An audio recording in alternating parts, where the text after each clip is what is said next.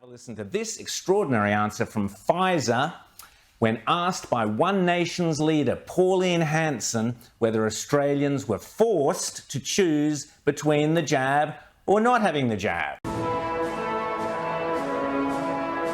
Representatives from Pfizer and Moderna were put under the microscope this week during a Senate inquiry into Australia's COVID-19 vaccine discrimination bill. I've repeatedly said there must be a royal commission into the abuse of power during the COVID period. As we have highlighted on this show, vaccine mandates are still causing problems for people across the country. As I mentioned, a lovely woman yesterday I spoke to, Christine, a medical professional who still can't work, 31 years of experience, isn't able to work because of the vaccine mandates, and her partner, a fireman, still unable to work. These are the heart and soul of Australia, and the vaccine mandates have been punishing them even though the pandemic has been declared over. Have a listen to this extraordinary answer from Pfizer when asked by One Nation's leader, Pauline Hanson, whether Australians were forced to choose between the jab or not having the jab. Have a listen. Dr. Threw, you actually made a comment that no one was forced to have the vaccination. Who made the comment? Was it Dr. Threw? Senator, I believe I made that comment. You made that comment? Right. You were in Australia during COVID-19. You must have been fully aware that people, nurses, doctors, people to have their jobs, to keep their jobs, were forced to have the vaccination. Now, do you retract your statement that they were not forced? Senator, no, I believe firmly that nobody was forced to have a vaccine. Mandates or vaccine requirements are determined by governments and health authorities.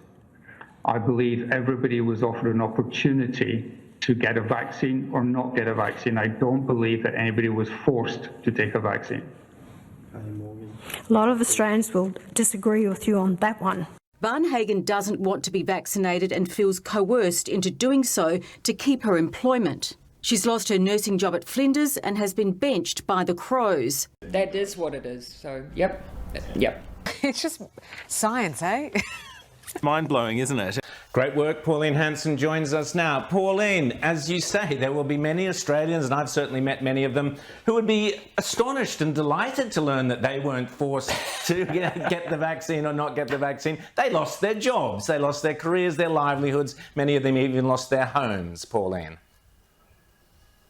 They certainly did, Rowan, and people to this day still cannot work. If you ask the Firefighters Alliance, 250 across New South Wales and Victoria, they're still not working. They're still fighting to be able to go back to work. The stupidity of the whole lot.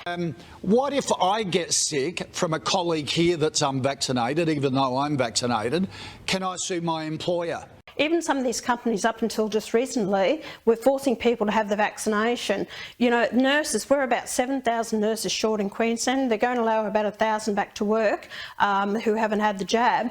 That's my understanding. But we've lost experienced people. Years and years of experience have now gone into retirement, that we desperately need them. And if we got rid of this sheer stupidity of forcing people to have this, this jab against their will, and people have seen, especially nurses and the professionals, paramedics and ambulance drivers, those people actually saw the adverse side effects that was happening to these people. That's why they refused to have it. Surely we should be listening to them. Sudden death syndrome. It's no longer only babies.